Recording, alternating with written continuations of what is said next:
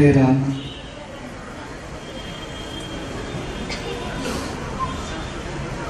ಎಲ್ಲೆಲ್ಲಿ ಅಡ್ಡಾಡುವುದನ್ನ ನನಗೂ ಅಲ್ಲಲ್ಲಿ ಕಾಣಲೇ ಗುರು ನಿನ್ನ ತಲವು. ಎಲ್ಲಿ ತಲೆಬಾಗಿಸುವೆ ನನ್ನಲ್ಲಿ ನಿತ್ಯ, ಕಾಣಲೇ ಗುರು ನಿನ್ನ ಪದಕಮಲ ಸತ್ಯ.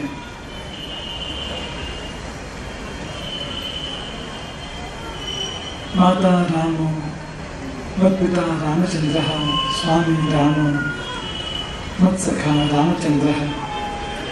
ಸರ್ವಸ್ವಂ ಮೇ ರಾಮಚಂದ್ರೋ ದಯಾಲು, ನಾಣ್ಯಂ ಜಾನೆ ನೀವ ಜಾನೆ ನ ಜಾನೆ.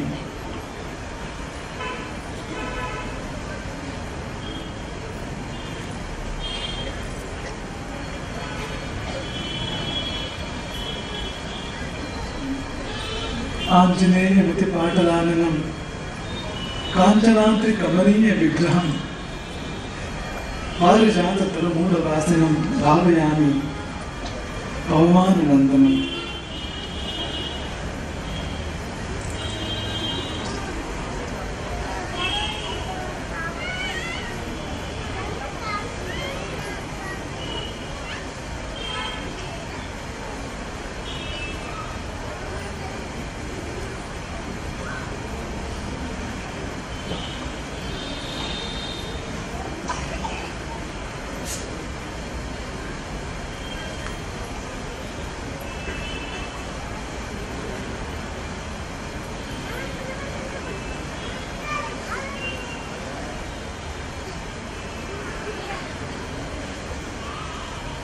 ಮೊದಲಿಗೆ ಮರ್ಯಾದಾ ಪುರುಷೋತ್ತಮನಾದ ನಮ್ಮ ನಿಮ್ಮೆಲ್ಲರ ಪ್ರಭುವಾದ, ನಾಡಿಗೆಲ್ಲ ವಿಶ್ವಕ್ಕೆಲ್ಲ ಪ್ರಭುವಾದ ಶ್ರೀರಾಮನ ದಿವ್ಯ ಚರಣ ಸನ್ನಿಧಿಗೆ ನತಮಸ್ತಕರಾಗಿ ಆತನ ಕರುಣೆಯ ಕಿರಣವನ್ನ ಸಮಾಜಕ್ಕೆಲ್ಲ ಬಯಸಿ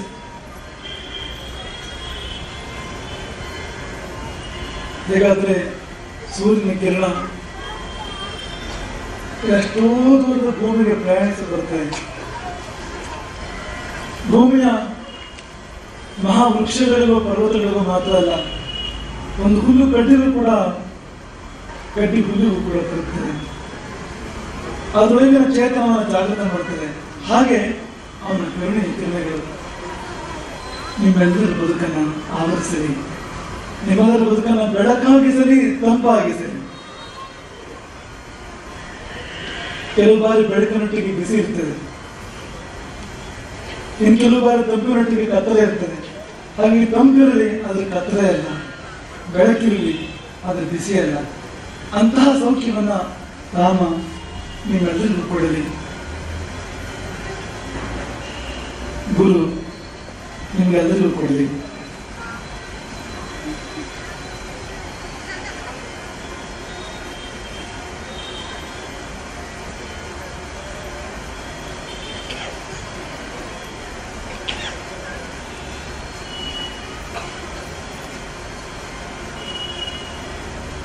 ಚಾತುರ್ಮಾಸ್ಯ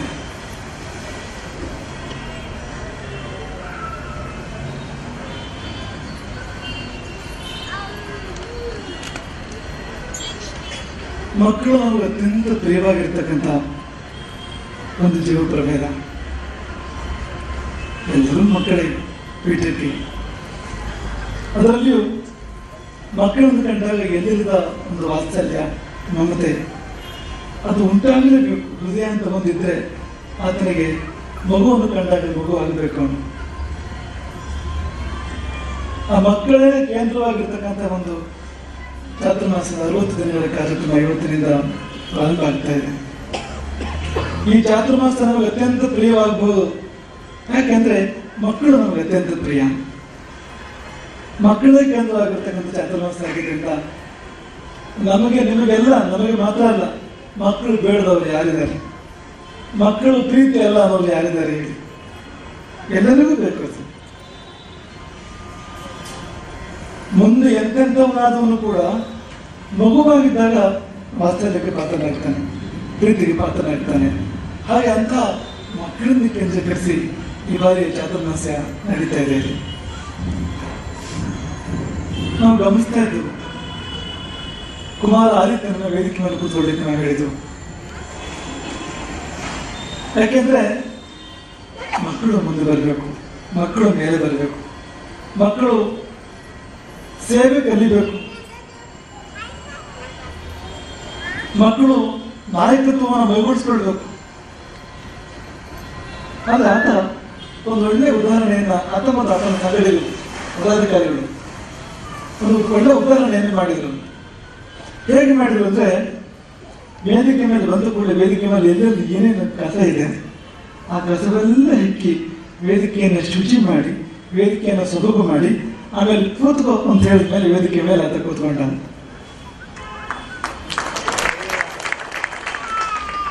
ನಾಯಕತ್ವ ನಿಜವಾಗಿ ಬರೋದಾಗೆ ಮಣ್ಣಿನ ಪ್ರಾರಂಭ ಆಗಬೇಕು. ಸೇವಕನಾಗದವನು ನಾಯಕನಾಗಲಾರ, ಸೇವಕನಾಗದವನು ನಿಜವಾದ ನಾಯಕನಾಗಲಾರ, ನಿಜವಾದ ನಾಯಕನಾಗಲಾರ. ಅದು ಮಣ್ಣಿಂದ ಪ್ರಾರಂಭ ಆಗಬೇಕು, ಅದು ಸೇವೆಯಿಂದ ಪ್ರಾರಂಭ ಆಗಬೇಕು, ಅದು ಕಸ ಹೆಕ್ಕಿ ನೆಲ ಒರೆಸಿ ಪ್ರಾರಂಭ ಆಗಬೇಕು. ನಾವೆಲ್ಲಿದ್ದೇವೆ? ಇನ್ನೊಂದು ಚಾತುರ್ಮಾಸ ಇಲ್ಲೇ ನಡೆದಿದ್ದಾಗ ಒಂದು 2-3 ಅಂತಸ್ತಿನ ಎತ್ತರದಲ್ಲಿ ಸಭೆಗಳನ್ನು ನಡೆದಿದ್ದು. ಇಲ್ಲಿ ಈ ಬಾರಿ ವ್ಯತ್ಯಾಸ ಏನಂದ್ರೆ ನಾವು ಮಣ್ಣಿಗೆ ಬಹಳ ಹತ್ತಿರ ಇದ್ದೇವೆ. ಹಾಗಾಗಿ ಚಾತುರ್ಮಾಸ್ಯ ಮಣ್ಣಿನ ಚಾತುರ್ಮಾಸ್ಯ, ಮಣ್ಣಿಗೆ ಹತ್ತಿರ ಇರ್ತಕ್ಕಂಥ ಚಾತುರ್ಮಾಸ್ಯ. ಇಲ್ಲೇ ಪುನರ್ವಿಶ್ವನ ಅಡಿಪಾಯ ನಿರ್ಮಾಣ ಆಗ್ತದೆ. ಅಡಿಪಾಯ ನೀವೆಲ್ಲಿ ಕೊಡ್ತಿದ್ದೀರೋ ಅದರ ಮೇಲೆ ಅಡಿಪಾಯ ನಿರ್ಮಾಣ ಆಗ್ತದೆ. ಹಾಗಾಗಿ ಈ ಚಾತುರ್ಮಾಸ್ಯ ಯಾವುದೋ ಒಂದು ಮಹತ್ ಕಾರ್ಯಕ್ಕೆ ಅಡಿಪಾಯ ಆಗೋದು ನಮಗೆ ಯಾವ ಸಂಶಯ ಇಲ್ಲ. ಅದ್ಭುತವಾದ ಸಮಾಜ ನಿರ್ಮಾಣದಲ್ಲಿ, ಅತ್ಯದ್ಭುತವಾದ ಸಮಾಜ ನಿರ್ಮಾಣದಲ್ಲಿ ಇದೊಂದು ಅಡಿಪಾಯ ಆಗ್ತದೆ. ಎಂಥ ಅಡಿಪಾಯ! ಶಿಲಾಮಯ, ಅದೆಲ್ಲ ಶಿಲೆ. ನೀವು ಕೂತ್ಕೊಂಡಿದ್ದೀರಲ್ಲ, ಬಹುಭಾಗ ಶಿಲೆ, ಅದು ಒಡೆಯಲಾರದ ಶಿಲೆ. ಹೇಗೆ ಈ ಮಠದ ಶಿಷ್ಯವರ್ಗ ಇದೆ, ಈ ಮಠದ ಒಂದು ಬಳಗ ಇದೆ, ಆ ಬಳಗಕ್ಕೂ ಆ ಶಿಲೆಗೂ ಹೋಲಿಕೆ ಕೊಟ್ಬಿಡ್ಬೋದು ಕೂಡ. ಯಾಕೆಂದ್ರೆ ಅದು ಗುರು ಶಿಷ್ಯ ಬಾಂಧವ್ಯದ ಹಾಗೆ, ಸಮಷ್ಟಿ ಸಂಘಟನೆ ಹಾಗೆ. ಅದನ್ನು ಯಾವುದು ಕೂಡ ಭೇದಿಸಲಿಕ್ಕೆ ಸಾಧ್ಯ ಇಲ್ಲ, ಏನೂ ಕೂಡ ಹೊಡೆಯಲಿಕ್ಕೆ ಸಾಧ್ಯ ಇಲ್ಲ. ಹಾಗಾಗಿ ಎಷ್ಟು ಕಷ್ಟಪಟ್ಟರು ಅಂದ್ರೆ ಈ ಒಂದು ಸಮತಲವಾದ ನೆಲ ನಿರ್ಮಾಣ ಮಾಡಬೇಕಾದ್ರೆ ಅಷ್ಟು ಕಷ್ಟಪಟ್ಟಿದ್ದಾರೆ ಪುನರ್ವಸು ಸಮಿತಿಯವರು. ನಾವು ಮಣ್ಣಿನ ಹತ್ತಿರ ಇರಬೇಕು, ನಾವೊಂದು ಅಡಿಪಾಯ ನಿರ್ಮಾಣ ಆಗಬೇಕು, ಅದರ ಮೇಲೆ ಭವ್ಯ ಸಮಾಜವನ್ನು ಕಟ್ಟಬೇಕು, ಭವ್ಯ ಸಮಾಜವನ್ನು ಕಟ್ಟಬೇಕು.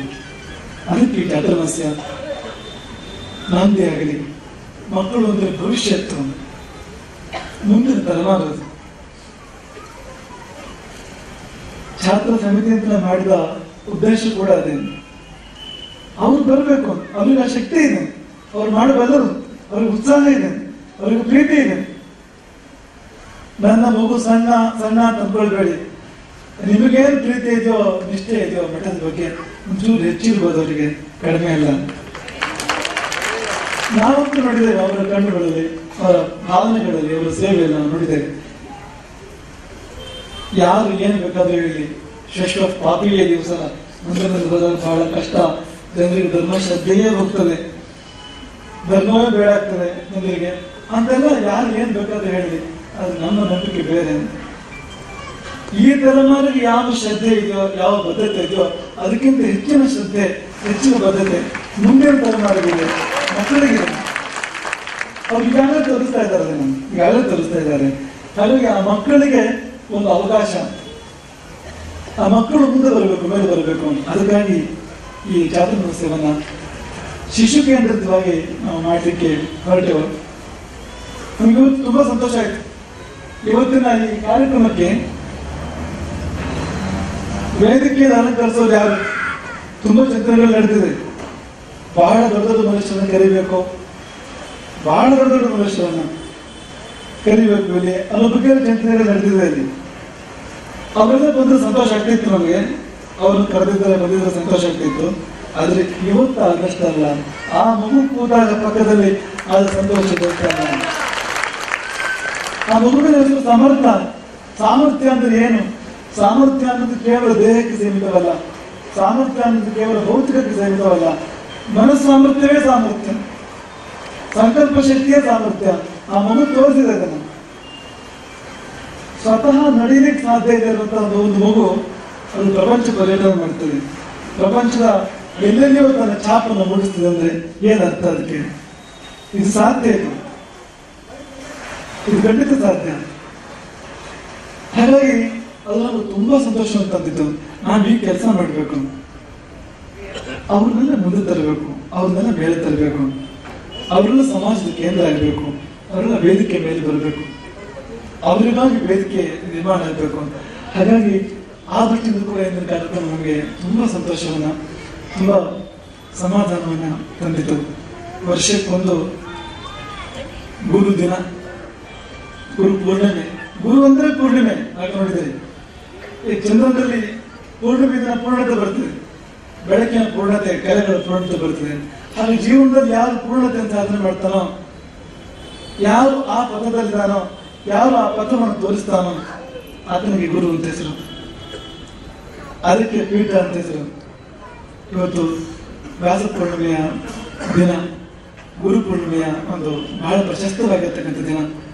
ನೀವೆಲ್ಲ ಬಂದಿದ್ದೀರಿ, ಎಷ್ಟು ಸಂಖ್ಯೆಯಲ್ಲಿ ಬಂದಿದ್ದೀರಿ ಅಂದ್ರೆ ನಮ್ಮ ಕಾರ್ಯಕರ್ತ ಇವತ್ತೊಂದು 100 ಬಾರಿ ಮಾತಾಡ್ಕೊಂಡಿರ್ಬೋದು. ಒಂದು ವೇಳೆ ಇದನ್ನೇನಾದ್ರು ಮಾಡ್ಕೊಳ್ದೆ ಇದ್ದಿದ್ರೆ ಈ ಮಾಧ್ಯಮವನ್ನು ಎಷ್ಟು ಬಾರಿ ಜಪ ಮಾಡಿದಾರೋ ನಮ್ಮ ಕಾರ್ಯಕರ್ತ ಇವತ್ತು. ನಮಗೆ ತುಂಬಾ ಬರೆ ಬಿತ್ತು ಇದೊಂದು ವಿಶಾಲವಾದ ಸಭಾಂಗಣ. ಯಾಕಂದ್ರೆ ನಮಗೊಂದು ಕಲ್ಪನೆ ಇದೆ. ಏನ್ ಕಲ್ಪನೆ? ನೀವೇನು ಅಂತ ಗೊತ್ತಿದೆ ನಮ್ಗೆ. ಸಮಾಜ ಎಂದೂ ದೊಡ್ಡದೆ, ಎಂದೂ ಸಮಾಜ ದೊಡ್ಡದು. ಉದಾಹರಣೆ ಇವತ್ತಿನ ಸಭೆ ನೋಡಿ. ಇಷ್ಟು ದೊಡ್ಡ ಸ್ಥಳ ಬೆಂಗಳೂರಲ್ಲಿ ದುರ್ಲಭ. ನಾವು ಕೂತಿರೋ ಸ್ಥಳ ಇದೆಯಲ್ಲ, ಇಷ್ಟು ದೊಡ್ಡ ಸ್ಥಳ ಬೆಂಗಳೂರು ದುರ್ಲಭ. ಆದ್ರೆ ನಮ್ಗೆ ಸಾಕಾಗ್ತಾ ಇಲ್ಲ.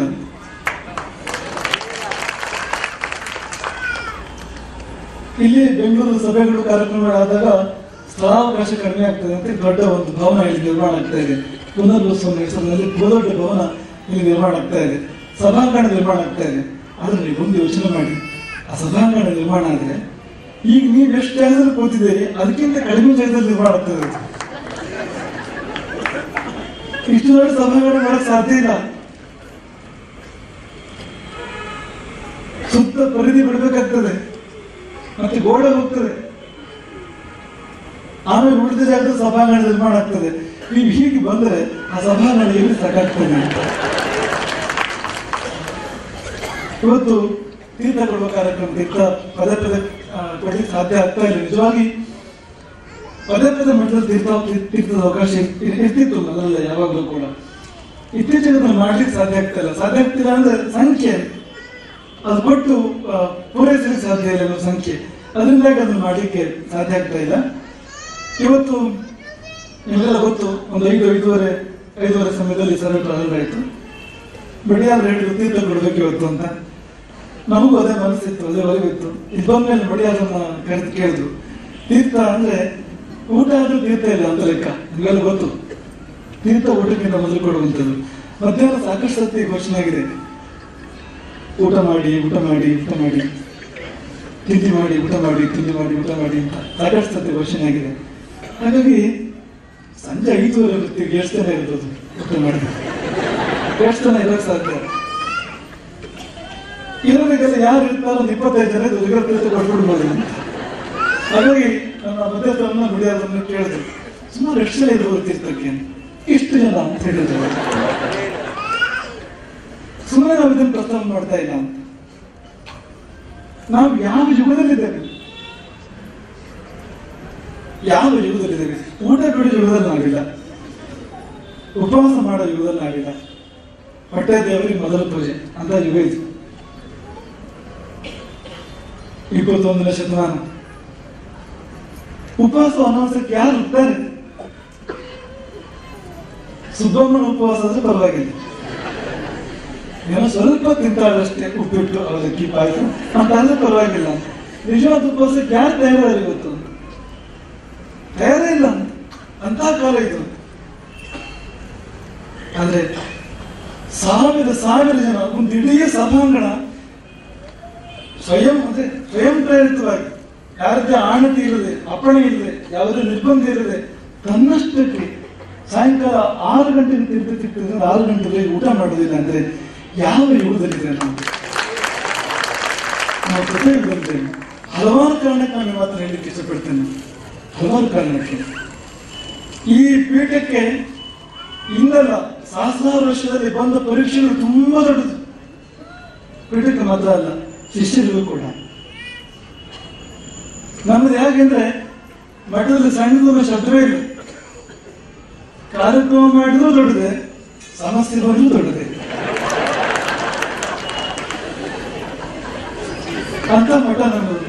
ಒಂದು ಯೋಜನೆ ಹಾಕಿದ್ರೆ ದೊಡ್ಡದೆ, ಸಣ್ಣ ಯೋಜನೆ ಹಾಕೋದಿಲ್ಲ ಯಾವುದು ಕೂಡ.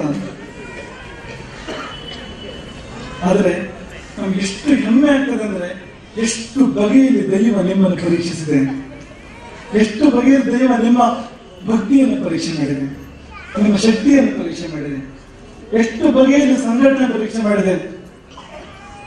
ನೀವು ಒಟ್ಟಾಗಿರ್ಲಿಕ್ಕೆ ಸಾಧ್ಯವೇ ಇಲ್ಲ ಅಂತ ವಾತಾವರಣ ಎಷ್ಟು ಬಾರಿ ನಿರ್ಮಾಣ ಆಯ್ತು. ಬೇರೆ ಯಾವ ಸಮಾಜಕ್ಕೂ ಅಥವಾ ಬೇರೆ ಯಾವ ಬೆಳಗಕ್ಕೂ ಕೂಡ ಇಂಥ ಪರೀಕ್ಷೆಗಳಾಗಿಲ್ಲ. ಯಾವ ಪರೀಕ್ಷೆಗಳು ನಮಗೂ ನಿಮಗೂ ಆಗ್ತಾ ಇದೆಯೋ ಅಂತ ಪರೀಕ್ಷೆಗಳು ಈ ಪ್ರಪಂಚದ ಬೇರೆಯವರಿಗೆ ಆಗ್ತಾ ಇಲ್ಲ ಅಂತ. ಆದ್ರೆ ಈ ದೊಡ್ಡ ದೊಡ್ಡ ಡಿಗ್ರಿ ಬೇಕು ಅಂದ್ರೆ ದೊಡ್ಡ ದೊಡ್ಡ ಪರೀಕ್ಷೆ ಬರೀಲೇಬೇಕು. ದೊಡ್ಡ ದೊಡ್ಡ ಪರೀಕ್ಷೆ ಬರೆದು ದೊಡ್ಡ ದೊಡ್ಡ ಡಿಗ್ರಿ ಸಿಗ್ಲಿಕ್ಕೆ ಸಾಧ್ಯ ಇಲ್ಲ. ಅಕ್ಕಿ ಅನ್ನ ಆಗ್ಬೇಕು ಅಂದ್ರೆ ಏನಾಗ್ಬೇಕು, ಹಾಗೆ ತಂಪಾಗಿಟ್ರೆ ಆಗ್ತದ? ಅನ್ನ ಆಗ್ತದ? ಅಕ್ಕಿ ಗಟ್ಟಿ ಅದು ಮೃದು ಆಗ್ಬೇಕು ಅಂದ್ರೆ, ಅಕ್ಕಿ ಪಕ್ವ ಆಗ್ಬೇಕು ಅಂದ್ರೆ, ಅಕ್ಕಿ ಮಧುರ ಆಗ್ಬೇಕು ಅಂದ್ರೆ, ಅಕ್ಕಿ ಪರಿಮಳ ಸೂಸ್ಬೇಕು ಅಂದ್ರೆ ಏನಾಗ್ಬೇಕು? ಅದು ಬೇಯಬೇಕು. ಅದು ಬೇಯಬೇಕು, ಸಾಯಬಾರದು, ಬೇಯಬೇಕು ಅಂತ ಸ್ಥಿತಿ ಅದು. ಈ ಬೆಂಕಿಯಲ್ಲಿ ಹಾಕಿದ್ರೆ ಅನ್ನ ಆಗೋದಿಲ್ಲ. ಅಕ್ಕಿ ಬೆಂಕಿ ಮೇಲೆ ಪಾತ್ರೆ ಇಟ್ಟು ಪಾತ್ರೆ ನೀರಿಟ್ಟು ನಾವು ಲೆಕ್ಕೆ ಹಾಕ್ತೇವೆ, ಆಗಲೇ ಅನ್ನ ಆಗುವಂಥದ್ದು. ಭಗವಂತ ಈ ಮಠವನ್ನು ಮತ್ತು ಈ ಮಠದ ಇಡೀ ಶಿಷ್ಯ ವರ್ಗವನ್ನ ಅನ್ನ ಮಾಡಿದ್ದಾನೆ, ಅಷ್ಟು ಪಕ್ವಗೊಳಿಸಿದ್ದಾನೆ. ಅಂತಹ ಒಂದು ಅಭೇದ್ಯ ಶಿಲೆಯಂತ ಅಂತಹ ಒಂದು ಸಂಘಟನೆಯನ್ನ, ಅಂತಹ ಐಕ್ಯವನ್ನ, ಅಂತ ಬದ್ಧತೆಯನ್ನ ದೇವರು ನಮ್ಗೆ ಕೊಟ್ಟಿದ್ದಾನೆ. ಅದಕ್ಕಿಂತ ದೊಡ್ಡದು ಬೇರೆ ಯಾವುದೂ ಇಲ್ಲ. ಹಾಗಾಗಿ ಸಂಘಟನೆಗೆ ಅವರು ಬಲ ಕೊಡ್ತಕ್ಕಂಥ ಚಾತುರ್ಮಾಸ. ಅದನ್ನ ಹೇಳ್ತಾರೆ, ನಾವು ಅಡಿಪಾಯಕ್ಕೆ ಬಹಳ ಹತ್ತಿರ, ಮಣ್ಣಿಗೆ ಬಹಳ ಹತ್ತಿರ ಕುತ್ಕೊಂಡು ಕಾರ್ಯಕ್ರಮ ಮುಗಿಸ್ತೇವೆ. ನಾವೆಲ್ಲೂ ಕೊಡ್ತಿದ್ದೇವೋ ಅಲ್ಲಿ ಅಡಿಪಾಯ ಬರ್ತದೆ ಮುಂದಕ್ಕೆ, ಅದರ ಮೇಲೆ ಅದೆಷ್ಟೋ ಮಾಡಿಗಳು ಬರ್ತವೆ, ದೊಡ್ಡ ಭವನ ಎದ್ದು ನಿಲ್ತದೆ, ವೈಭವ ಆಗ್ತದೆ. ಆದ್ರೆ ನಾವಿರುವುದು ಅಡಿಪಾಯಕ್ಕಿಂತ ಹಿಂದಿನ ಹಂತದಲ್ಲಿ. ಅಲ್ಲಿಂದ ಆರಂಭ ಆಗ್ಬೇಕು, ಅಲ್ಲಿಂದ ಕಟ್ಟಬೇಕು, ಅಲ್ಲಿಂದ ಕಟ್ಟಬೇಕು. ನಾವು ಒಂದು ವರ್ಷದ ಹಿಂದೆ ನಾವು ಅನ್ಕೊಂಡಿರ್ಲಿಲ್ಲ, ಆದ್ರೆ ಅನೇಕರು ಅನ್ಕೊಂಡಿದ್ರು ಮಠ ಇರೋ ಜಾಗದಲ್ಲಿ ಬಹುಶಃ ಈ ಖಾಲಿ ಜಾಗ ಹೊಡಿಬೋದು, ಹೊಸದಾಗಿ ಶುರು ಮಾಡಬೇಕು, ಇನ್ನು ಒಂದು ಎಟ್ಟಿಗೆ ಅಂತ ಕಟ್ಟಕ್ಕೆ ಶುರು ಮಾಡಬೇಕು ಅಂತ.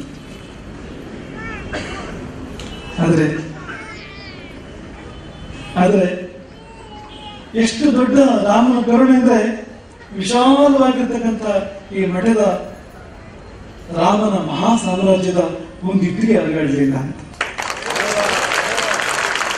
ಒಂದು ಇಟ್ಟಿಗೆ ಅಲುಗಾಡಲಿಲ್ಲ. ಬದ್ಧವಾದ ಒಂದು ಮನಸ್ಸು, ಶುದ್ಧವಾದ ಒಂದು ಮನಸ್ಸು ಬದಲಾಗಲಿಲ್ಲ, ಅಲುಗಾಡಲಿಲ್ಲ ಯಾರು ಕೂಡ.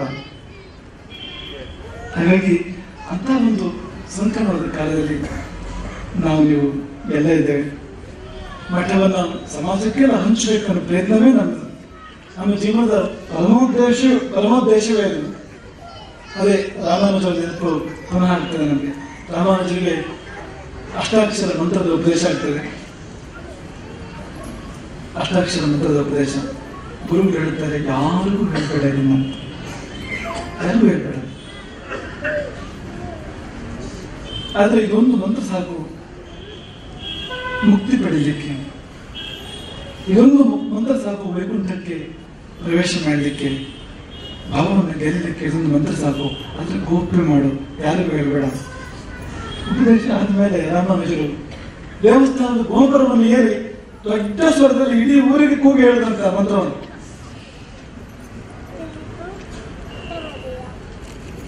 ನನಗೊಂದು ಏನಾದ್ರು ದೋಷ ಬಂದೇನಾದ್ರು ಆಗೋದಾದ್ರೆ ಆಗ್ಬಿಡಿ, ತೊಂದರೆ ಇಲ್ಲ. ಆದ್ರೆ ಇಡೀ ಊರಿಗೆ ಆ ಮಂತ್ರ ಸಿಗಲಿ, ಎಲ್ಲರಿಗೂ ಆ ಮಂತ್ರ ಸಿಗಲಿ, ಎಲ್ಲರಿಗೂ ಮುಕ್ತಿ ಸಿಗಲಿ, ಎಲ್ಲರೂ ಉದ್ಧಾರ ಆಗಲಿ. ನಮ್ಮ ಮನಸ್ಸು ಕೂಡ ಅದೇ. ಈ ಮಠದ ತಪಶಕ್ತಿ, ಮಠದ ವ್ಯಾವಹಾರಿಕವಾಗಿರ್ತಕ್ಕಂಥ ಶಕ್ತಿ, ಈ ಸಂಘಟನೆ ಬಲ, ಇದೆಲ್ಲವನ್ನು ಸಮಾಜಕ್ಕೆ ಹಂಚಬೇಕು. ಕೊನೆಯ ವ್ಯಕ್ತಿಯವರಿಗೆ ತಲುಪಬೇಕು,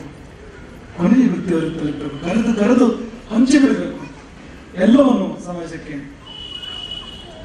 ನಿಜವಾದ ಶ್ರೀಮಂತಿಕೆ ಅದೇ, ಹಂಚಿಬಿಡ್ಬೇಕು ಎಲ್ಲರಿಗೂ. ಹಾಗಾಗಿ ಅದಕ್ಕಾಗಿ ನಾವೆಲ್ಲ ಸೇರಿ ದುಡಿಯೋಣ. ನಾವೆಲ್ಲ ಸೇರಿ ಸಮಾಜದ ಒಬ್ಬೊಬ್ಬ ವ್ಯಕ್ತಿಯ ಕಷ್ಟ ನಷ್ಟಗಳಿಗೆ, ನೋವುಗಳಿಗೆ ಸ್ಪಂದಿಸೋಣ, ದಿವ್ಯತೆಯನ್ನು ಹಂಚೋಣ, ಕರುಣೆಯನ್ನು ಹಂಚೋಣ, ಪ್ರೀತಿಯನ್ನು ಹಂಚೋಣ. ಎಲ್ಲರಿಗೂ ಪ್ರೀತಿಯಿಂದ ಇರೋಣ, ತುಂಬಾ ಪ್ರೀತಿಯಿಂದ ಇರೋಣ, ಒಟ್ಟಾಗಿರೋಣ. ಮತ್ತೆ ಮಕ್ಕಳನ್ನ ಬೆಳೆಸೋಣ. ಚಾತುರ್ಮಾಸದ ದೊಡ್ಡ ಸಂದೇಶ, ಮಕ್ಕಳನ್ನ ಬೆಳೆಸೋಣ. ಈ ಮಕ್ಕಳು ಈಗ ಛಾತ್ರರು, ಮುಂದೆ ಈ ಛಾಯಾ ಸಮಿತಿ ಬೇರೆ ಇದೆ. ನಾವು ಹೆಸರು ಕೊಡ್ಲಿಕ್ಕೆ ಕಾರಣ ಏನಂದ್ರೆ, ಮದುವೆ ಆಗಿತ್ತು, ಈ ಮಕ್ಕಳ ಸಮಿತಿಗೆ ಛಾಯಾ ಸಮಿತಿ ಹೆಸರು ಕೊಡ್ಬೇಕು ಅನ್ನೋ ಅಭಿಪ್ರಾಯ ಬಂದಿತ್ತು. ಈ ಇಂಗ್ಲೆಂಡ್ ಎಲ್ಲ ಶಾಡೋ ಕ್ಯಾಬಿನೆಟ್ ಅಂತ ಮಾಡ್ತಾರೆ, ಆ ತರಹ ಇದೊಂದು ಒಂದು ಶಾಡೋ ಕಮಿಟಿ ಅಂತ, ಛಾಯಾ ಸಮಿತಿ ಅಂತ. ನಿಜವಾದಲ್ಲ, ಮುಂದೆ ನಿಜವಾಗಿ ಇವರು ಮಾಡ್ತಾರೆ. ಈಗ ಬರೇ ಒಂದು ನೆರಳಿನ ಹಾಗೆ ಇರ್ತಾರೆ ಒಂದು ಕಲ್ಪನೆಯಲ್ಲಿ ಛಾಯಾ ಸಮಿತಿನ ಹೆಸರು ಕೊಟ್ಟಿತ್ತು. ನಾವು ಹೇಳಿದ್ವಿ, ಇಲ್ಲ, ದೊಡ್ಡವರ ಸಮಿತಿಗೆ ಛಾಯಾ ಸಮಿತಿಗೆ ಹೆಸರಿಡೋಣ, ಇದು ಛಾತ್ರ ಸಮಿತಿಯಿಂದ ಹೆಸರಿಡೋಣ, ಮಕ್ಕಳ ಸಮಿತಿಗೆ. ಅವ್ರಿಗೆ ನಾವು ಈಗಲೇ ಆ ಕಲ್ಪನೆ ಕೊಡೋದು ಬೇಡ. ನೀನು ಸುಮ್ಮನೆ ಇದ್ರೆ ಸಾಕು, ನೀನು ಏನ್ ಮಾಡಬೇಕು ಅಂತಿಲ್ಲ ಅಂತ ಹೇಳೋದು ಬೇಡ. ನಿಜವಾಗಿಯೂ ನೀನು ಸಮಿತಿ, ನಿಜವಾಗಿಯೂ ನೀನು ಕಾರ್ಯಕರ್ತ, ನಿಜವಾಗಿ ದುಡಿಬೇಕು. ಹುಸಿ ಸೇವೆ ಕಲಿಸೋದು ಬೇಡ, ಅವರಿಗೆ ಸತ್ಯ ಸೇವೆಯನ್ನು ಕಲಿಸೋಣ. ದೊಡ್ಡವ್ರದ್ದು ಛಾಯಾ ಸಮಿತಿ ಯಾಕೆಂದ್ರೆ ಅವರ ಛಾಯೆಯಲ್ಲಿ, ದೊಡ್ಡವರ ಛಾಯೆಯಲ್ಲಿ, ಅವರ ನೆಲದಲ್ಲಿ ಇವ್ರು ಚೆನ್ನಾಗಿರ್ಬೇಕು, ಇವ್ರು ಬೆಳಿಬೇಕು. ಹಾಗಾಗಿ ಅದು ಛಾಯಾ ಸಮಿತಿ. ಪಿತೃ ಛಾಯಾ, ಮಾತೃ ಛಾಯಾ, ಗುರು ಛಾಯಾ ಅಂತ ಹಾಗೆ ಅದು ದೊಡ್ಡವರ ಛಾಯೆ, ದೊಡ್ಡವ್ರ ನೆರಳು. ಮಕ್ಕಳಿಗೆ ಅದು ತಂಪು ಮಾಡ್ಕೊಡ್ಬೇಕು ಅಂತ. ಆದ್ರೆ ಛಾತ್ರ ಶಬ್ದ ಛತ್ರ ಶಬ್ದದಿಂದ ಬಂದಿದೆ. ಛಾತ್ರ ಶಬ್ದದ ಮೂಲಕ ಛತ್ರ ಶಬ್ದ.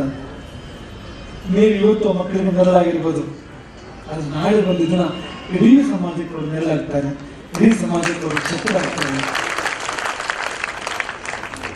ಬಿಸಿಲು ಮಳೆಯಿಂದ ಸಮಾಜವನ್ನು ರಕ್ಷಿಸುವ ಛತ್ರಗಳಾಗ್ತಾರೆ ಈ ಮಕ್ಕಳು ಮುಂದೆ. ಇನ್ನು ಹೇಳಬೇಕು ಅಂದರೆ ನಮ್ಮ ಮಠದ ಶ್ವೇತ ಛತ್ರ ಆಗ್ತಾರೆ ಮಕ್ಕಳು. ಬೆಳ್ಳುಗೊಡೆ ಸಾರ್ವಭೌಮನಾಗಿರ್ತಕ್ಕಂಥದ್ದು, ಈ ಪೀಠಕ್ಕೆ ನಿಜವಾದ ಅರ್ಥದ ಸಾರ್ವಭೌಮತ್ವ ಕೊಡ್ತಕ್ಕಂಥ ಶ್ವೇತ ಛತ್ರಗಳಾಗಿ ಈ ಮಕ್ಕಳು ಪರಿಣಮಿಸ್ತಾರೆ.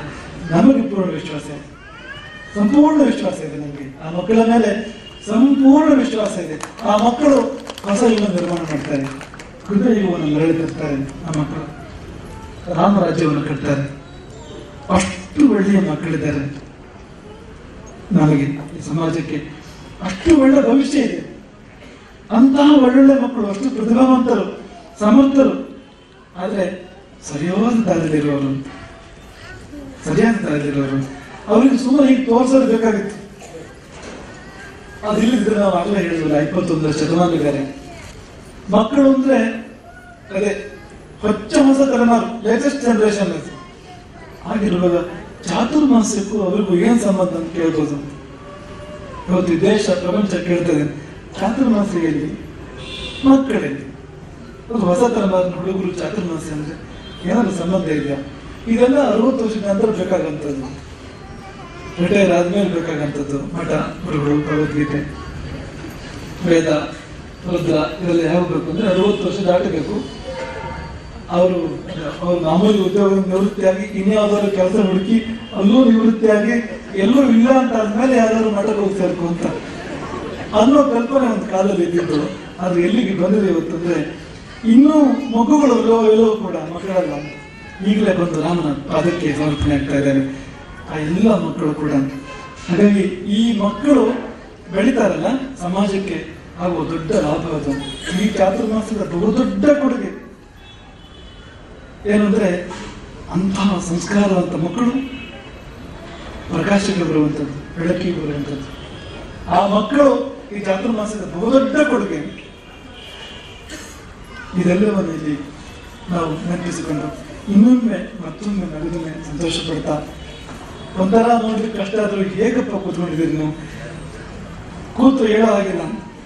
ಅಲ್ಲಿ ಮಧ್ಯಾಹ್ನ ಹೇಳ್ತಾ ಇದ್ರು, ವ್ಯಾಸ ಪೂಜೆ ಪರೀಕ್ಷೆ ಜನ ಕೂತ್ಕೊಂಡಿದ್ರು, ತಿಂಡಿ ಘೋಷಣೆ ಆಗ್ತಾನೆ ಇತ್ತು, ಆದ್ರೆ ಯಾರು ಎದೋಗ್ತಾ ಇಲ್ಲ ಅಂತ ನಮ್ಗೆ ವರದಿ ಇತ್ತು. ಯಾಕೆ ಅಂತ ಕೇಳಿದ್ರು, ಎದೋದ್ರ ಜಾಗ ಸಿಗುತ್ತಾರೆ. ಎಷ್ಟೊಂದು ನೀವೆಲ್ಲ ಬಂದು ಮೇಲೆ ಹತ್ತಿ ಮಂತ್ರಾಕ್ಷರ ಬೆಳ್ಕೊಂಡು ಕೆಳಗೆ ಹೋಗ್ಬೇಕು ಅಂದ್ರೆ ಹಿಂದೆ ಮುಂದೆ ಓಡಾಡ್ಲಿಕ್ಕೆ ಜಾಗ ಇಲ್ಲ. ಇಷ್ಟೊತ್ತಿಗೂ ಕೂಡ ಎಷ್ಟು ಮನಸ್ಸಿಗೆ ಹಿತ ಅನಿಸ್ತದೆ ಅಂದ್ರೆ, ಏನಾದ್ರೆ ಏನು, ಬೇರೆ ಏನಾದ್ರೆ ಏನು. ನಮ್ಮ ಒಂದು ಭಾವನ ಮನೆಯಲ್ಲಿ ಹೇಳಿ ಈ ಮೊದಲ ಪ್ರವಚನವನ್ನು ಪರಿವರ್ತನೆ ಮಾಡ್ತೇನೆ. ತುಂಬಾ ಸಮಾಧಾನ ಇದೆ ನಮಗೆ. ಏನ್ ಸಮಾಧಾನ ಅಂದ್ರೆ, ಒಂದ್ಸಾರಿ ಹೃದಯದೊಳಗೆ ನೋಡಿದ್ರೆ ಆ ಬೆಳಗಿನ ಬೆಳಕು ನೀನು ಸರಿ, ನೀನು ಸರಿ, ನೀನು ಸರಿ ಅಂತ ಹೇಳ್ತಾ ಇದ್ದೇನೆ. ಕಣ್ಣು ಹೊರಗಡೆ ನೋಡಿದ್ರೆ ಇಡೀ ಸಮಾಜ ಬಹುದೊಡ್ಡ ಬೆಳಕು, ನಾವಿದ್ದೇವೆ ನಾವಿದ್ದೇವೆ ಅಂತ ಹೇಳ್ತಾ ಇದ್ದೇವೆ.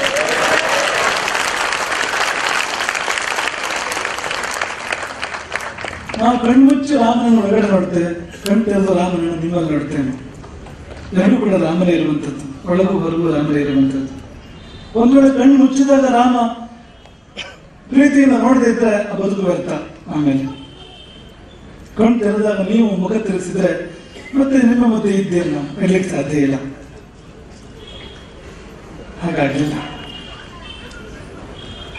ಆ ಕಡೆ ಒಳಗಿನಿಂದ ರಾಮ ಆತ ಒಪ್ಪಿದ ಮೇಲೆ, ಹೊರಗಿನಿಂದ ನೀವು ನಿರಂತರ ಜೊತೆಯಲ್ಲಿದ್ದ ಮೇಲೆ ಪ್ರಪಂಚ ಏನಾದ್ರೂ ಆಗಲಿ, ಯಾರಿಗೆ ಏನಾದ್ರೂ ಅನ್ನಿಸ್ಲಿ, ನಮ್ಮದು ಪರಿವಿಲ್ಲ. ನಮ್ಮ ಪ್ರಪಂಚವೆಷ್ಟು ಒಳಗೆ ನಮ್ಮನ್ನ ನಿರಂತರ ಪ್ರೇರಿಸ್ತಕ್ಕಂಥ ಆ ವಿಶ್ವಚೇತನ, ಅದಕ್ಕಾಗಿ ಬದುಕು. ಮತ್ತೆ ನಿಮ್ಮೆಲ್ಲರಿಗಾಗಿ ಬದುಕು. ನಿಮ್ಮ ನಗು, ನಿಮ್ಮ ಸಂತೋಷ, ನಿಮ್ಮ ಸಮಾಧಾನ ನಿಮಗೆ ಭಾರ ಎಳೆಯುವಂಥದ್ದು, ಅದಕ್ಕಾಗಿ ಬದುಕು. ಇದು ವ್ಯತ್ಯಾಸವಾಗದಿದ್ರೆ ಬೇರೆ ಯಾವುದರ ಚಿಂತೆಯೇ ಇಲ್ಲ, ಬೇರೆ ಯಾವುದರ ಪರಿವೇ ಇಲ್ಲ. ಎಲ್ಲವನ್ನು ನಾವು ಪ್ರೀತಿಯನ್ನು ಸ್ವೀಕರಿಸಬಹುದು, ಎಲ್ಲವನ್ನು ಪ್ರೀತಿಯನ್ನು ಸ್ವೀಕರಿಸಬಹುದು. ಮತ್ತೆ ಯಾರಾದ್ರೂ ಈ ಸ್ವೀಕರಿಸುವವರು ಕೂಡ ಬೇಕಾಗ್ತಾರೆ. ಸಮಾಜ ಚೆನ್ನಾಗಿರ್ಬೇಕು ಅಂದ್ರೆ ಸಮಾಜದ ಪಾಪವನ್ನ, ಸಮಾಜದ ವಿಷಯವನ್ನ ಯಾರಾದ್ರೂ ಸ್ವೀಕರಿಸಬೇಕಾಗ್ತದೆ, ಯಾರಾದ್ರೂ ಅನುಭವಿಸಬೇಕಾಗ್ತದೆ. ಎಲ್ಲ ಕಾಲದಲ್ಲಿಯೂ ಎಲ್ಲ ಪ್ರದೇಶದಲ್ಲಿಯೂ ಸಮಾಜಕ್ಕೆ ಒಬ್ಬ ವಿಷಕಂಠ ಬೇಕಾಗ್ತದೆ. ಒಬ್ಬ ವಿಷಕಂಠ ಇಲ್ಲೇ ಇದ್ರೆ ಪ್ರಪಂಚಕ್ಕೆ ಅಮೃತ ಸಿಗೋದಿಲ್ಲ. ಪ್ರಪಂಚಕ್ಕೆ ಅಮೃತ ಸಿಗಬೇಕು ಅಂದ್ರೆ ಯಾರಾದ್ರೂ ಒಬ್ಬ ವಿಷ ಕುಡಿಲೇಬೇಕು. ಯಾರು ಕುಡಿಯೋದಕ್ಕೆ? ಶಿವ ವಿಷ ಕುಡಿದ, ಶಂಕರ ವಿಷ ಕುಡಿದ, ಶಂಕರಾಚಾರ್ಯ ಪರಂಪರೆಯಲ್ಲಿ ಕುಡಿತಾರೆ. ಆ ವಿಷಯವನ್ನು ಸ್ವೀಕರಿಸಿ ಸಮಾಜಕ್ಕೆ ಅಮೃತವನ್ನು ಉಳಿಸ್ಬೇಕು. ಇದು ಎಲ್ಲ ಗುರುಗಳ ಕಥೆ, ನಿಮ್ಮ ಗುರುಗಳ ಕಥೆ ಕೂಡ ಅದೇ ಕಥೆ.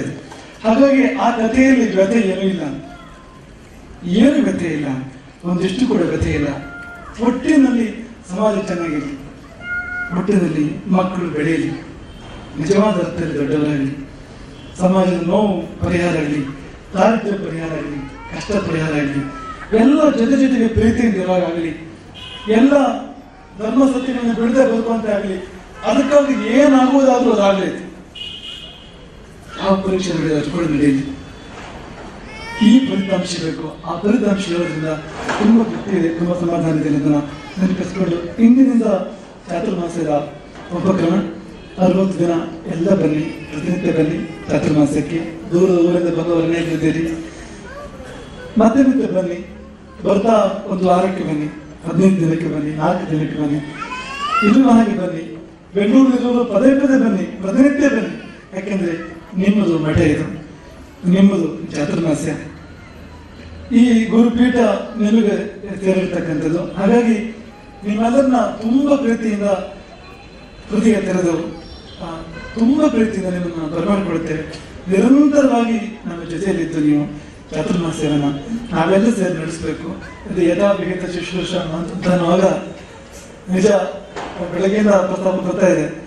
ಯಥಾವಿಹಿತ ಅಂದ್ರೆ ಹೇಗೆ ಶುಶ್ರೂಷೆ ಮಾಡಬೇಕು ಅಂತ ಶಾಸ್ತ್ರ ಹೇಳ್ತದೋ ಹಾಗೆ ಮಾಡಬೇಕು. ಹಾಗೆ ಮಾಡ್ತೇವೆ, ಸಂಕಲ್ಪ ಮಾಡ್ತಾರೆ ಶಿಷ್ಯರು ಚಾತುರ್ಮಾಸ ಸಮಯದಲ್ಲಿ. ಮತ್ತೆ ನಮ್ಗೆ ತುಂಬಾ ದೊಡ್ಡ ಅಗತ್ಯಗಳು ಇಲ್ಲ. ಈಗ ಚಾತುರ್ಮಾಸ ಅಂತ ಅನ್ಕೊಳ್ಳಿ, ಭಾರಿ ವ್ಯವಸ್ಥೆ ಬೇಕು. ಯಾರಿಗೆ ಬೇಕು ಯೋಚನೆ ಮಾಡಿ ಅನ್ಸುತ್ತೆ.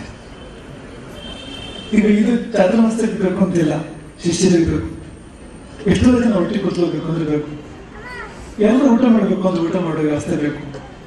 ಅಂದ್ರೆ ಇದು ಸಮಾಜಕ್ಕಾಗಿ ಇರುವಂತದ್ದು ಅಂತ ನಾವು ಬಯಸುವುದು, ನೀವು ಹೇಳಿದಷ್ಟನ್ನು ಬಯಸುವಂಥದ್ದು. ನಮ್ಮ ಹೃದಯ ನಿಮ್ಮ ಜೊತೆಗಿದೆ, ನಿಮ್ಮ ವಾಕ್ಯ ಇದೆಯಲ್ಲ ಅದನ್ನು ಮಾತ್ರ ನಾವು ಬಯಸುವಂಥದ್ದು ಮುಖ್ಯವಾಗಿ. ಹಾಗಾಗಿ ಅದಿದ್ದ ಮೇಲೆ ಉಳಿದ ಚಿಂತೆ ಇಲ್ಲ ಅನ್ನೋದನ್ನ ಭಾವಿಸಿ ಈ ಚಾತುರ್ಮಾಸಕ್ಕೆ ನಿಮ್ಮೆಲ್ಲರನ್ನ ಮತ್ತೆ ಮತ್ತೆ ಬರಬೇಕು, ನೀವು ಇರಬೇಕು ಜೊತೆಗೆ ಎನ್ನುವ ಮಾತನ್ನ ಹೇಳ್ತೇವೆ. ಎಲ್ಲ ಸೇರಿ ಚಾತುರ್ಮಾಸವನ್ನು ಒಂದಾಗಿ ಆಚರಣೆ ಮಾಡೋಣ. ಚಾತುರ್ಮಾಸದ ಫಲವಾಗಿ ಸಮಾಜ ಬೆಳೆಯಲಿ, ಸಮಾಜಕ್ಕೆ ಉಳಿತಾಗಿ. ಮತ್ತು ಇದು ಆ ಮಕ್ಕಳ ಇಂದಿನಿಂದ ಪ್ರಾರಂಭವಾದ ಸರಣಿ ಇದು. ಆ ಮಕ್ಕಳ ಆಟಿಕೆಗಳು, ನಿಜವಾದ ಅರ್ಥದ ಆಟಿಕೆಗಳು ಮತ್ತು ಗ್ರಂಥಗಳು ಲೋಕಾರ್ಪಣೆ ಆಗ್ಲಿಕ್ಕೆ ಶುರು ಆಗ್ತವೆ, ಪುಸ್ತಕಗಳು ಲೋಕಾರ್ಪಣೆ ಆಗ್ಲಿಕ್ಕೆ ಆರಂಭ ಆಗ್ತವೆ. ಅದೆಲ್ಲ ಮಕ್ಕಳು ನಿಜವಾದ ಅರ್ಥದಲ್ಲಿ ಆಡುವಂತೆ, ಪಾಡುವಂತೆ, ಬೆಳೆಯುವಂತೆ ಮಾಡುವಲ್ಲಿ ಪೂರಕವಾಗಿರಲಿ ಎನ್ನುವ ಒಂದು ಆಶ್ವಾಸ ಮಾಡ್ತೇವೆ. ಎಲ್ಲರಿಗೂ ಶುಭವಾಗಲಿ, ಎಲ್ಲರಿಗೂ ಒಳಿತಾಗಲಿ. ರಾಮನ ಕೆಳಗಿರುವ ಅಖಂಡ ಶಿಲೆಯಾಗಿ ಇಡೀ ಸಮಾಜ ಇರಲಿ. ರಾಮನ ಪಾದದ ಕೆಳಗಿರತಕ್ಕಂಥ ಅಖಂಡ ಶಿಲೆಯಾಗಿ, ಎಂದೂ ತುಂಡಾಗದ ಶಿಲೆಯಾಗಿ, ಅಭೇದ್ಯ ಶಿಲೆಯಾಗಿ ನಾವೆಲ್ಲ ಸೇರಿ ರಾಮಪೀಠವಾಗಿ, ರಾಮನ ಪಾದವಾಗಿ ನಾವೆಲ್ಲ ಸೇರಿ ಬದುಕೋಣ. ಎಲ್ಲರಿಗೂ ಕ್ಷೇಮವಾಗಿ ಅಂತ ಹರೇ